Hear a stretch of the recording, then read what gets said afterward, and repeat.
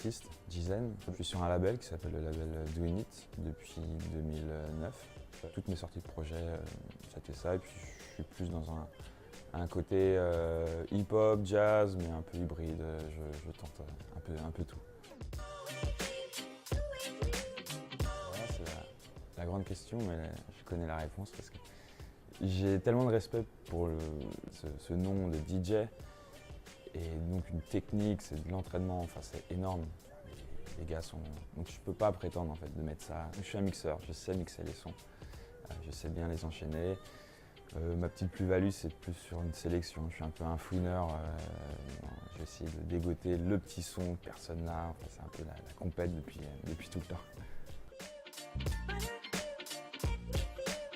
Alors mon travail au quotidien, donc c'est vraiment créer, donc la partie production, c'est vraiment créer des sons.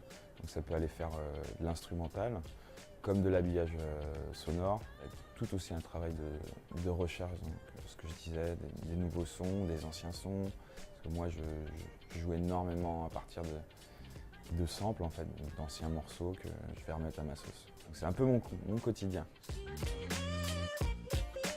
En fait, moi je suis un enfant, on va dire un enfant du rock. J'ai grandi vraiment avec le rock et le hip-hop est arrivé, on va dire, j'étais adolescent en fait. Je suis complètement tourné vers le rap américain, donc Gang Starr, le Wu-Tang Clan, et je retrouvais vraiment des sonorités, quelque chose qui me procurait vraiment des sensations en fait, ce que je pouvais retrouver dans des groupes rock.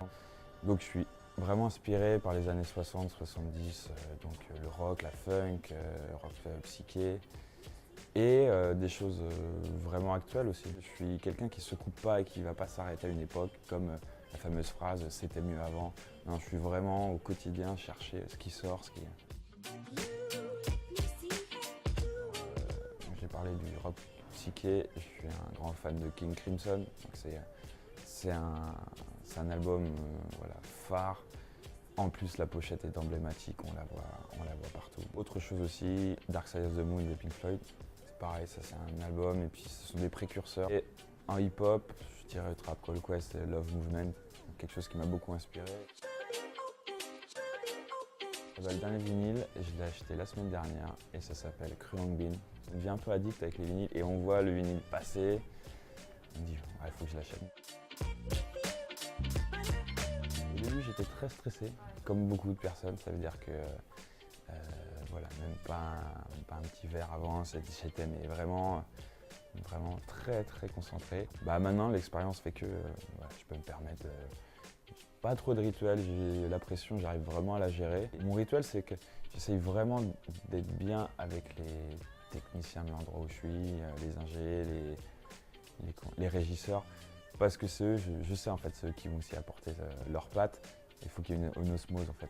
Donc c'est un peu ça mon rituel, être bien avec ces gens. Alors c'est une véritable liberté, parce que j'ai la chance de travailler sur des fois des commandes ou choses comme ça, où voilà, ça va pas être ma casquette artiste. Moi, je vais être derrière plus en tant qu'ingé son, mixer des albums ou voilà, masteriser. Donc ça, c'est aussi un gros travail du quotidien. Et voilà, cette partie-là, ça me permet aussi de me dégager beaucoup de temps sur ma partie perso, artistique, et c'est super important en fait. Voyager. Quand je peux voilà, aller dans une capitale européenne, chose comme ça, je peux même, voilà, mon cachet, ça devient secondaire. Quand on me dit, écoute, tu vas venir là-bas, on va te prendre en charge le défraiement, tout, tu vas venir à Berlin, à Londres, des choses comme ça. Pour moi, c'est quasiment comme si, j'adore voyager en plus à côté.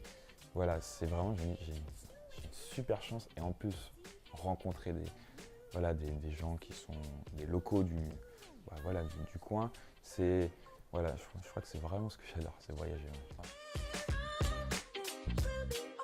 Des projets, on va dire, qui sont pas sur le papier ou choses comme ça, bien sûr. Moi, je suis inspiré par les rappeurs américains, donc j'ai toujours un œil si je peux avoir voilà, des collaborations. J'en ai déjà fait depuis 2010 avec